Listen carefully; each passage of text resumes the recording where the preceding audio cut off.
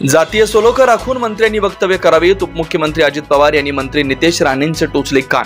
स्वर्गीय यशवंतराव चव्हाण यांच्या जयंतीनिमित्त अजितदादा सातारा दौऱ्यावर कराड येथील प्रीती संगमावर जात स्वर्गीय यशवंतराव चव्हाण यांच्या समाधीचं घेतलं दर्शन. पुरोगामी महाराष्ट्र हा स्वर्गीय यशवंतराव चव्हाण यांच्या विचाराने चालणारा असून आज राज्यांमधील अनेक नेते मंडळींना त्यांच्या विचारांचा विसर पडला. त्यामुळे त्यांच्याकडून धर्माधर्मांमध्ये तेढ निर्माण करणारी विधानं केली जातात. या नेते मंडळी आणि मंत्र्यांनी महाराष्ट्रात फूट पडू नये आणि दोन समाजामध्ये तेढ निर्माण होऊ नये हा विचार करून आपली वक्तव्ये करावी. आजवर स्वर्गीय यशवंतराव चव्हाण यांनी सर्वधर्म समभावाचे विचार ठेवून राजकारण केलं. त्यांच्या विचाराच्या प्रेरित राजकारण करणं गरजेचं असून महाराष्ट्राला सण होणार नाही आणि महाराष्ट्र तुटेल अशी कोणतीही विधानं करू नयेत असं मत राज्याचे उपमुख्यमंत्री अजितदादा पवार यांनी केलं. सातत्यानं दोन धर्मांमध्ये तेढ निर्माण करणारे आणि सातत्यानं कोणता तरी वाद ओढवून घेणारी विधानं करणारे मंत्री नितेश राणेंचे त्यांनी कान टोचलेत. उपमुख्यमंत्री अजितदादा पवार हे स्वर्गीय यशवंतराव चव्हाण यांच्या जयंतीनिमित्त सातारा दौऱ्यावर आलेले होते.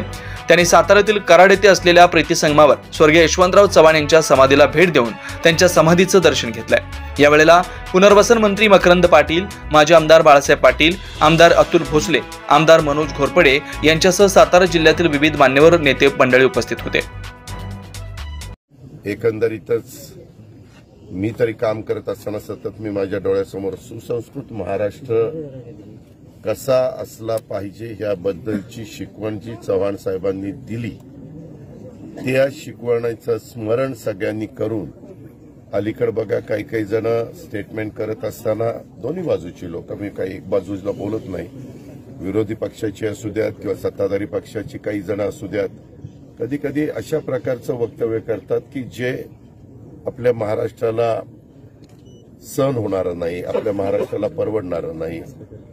नेहमी महाराष्ट्रातल्या चव्हाण साहेब असतील किंवा त्याच्यानंतर ज्यांनी ज्यांनी महाराष्ट्राचं नेतृत्व केले त्या सगळ्या मान्यवरांनी जातीय सलोखा ठेवण्याचा प्रयत्न केला.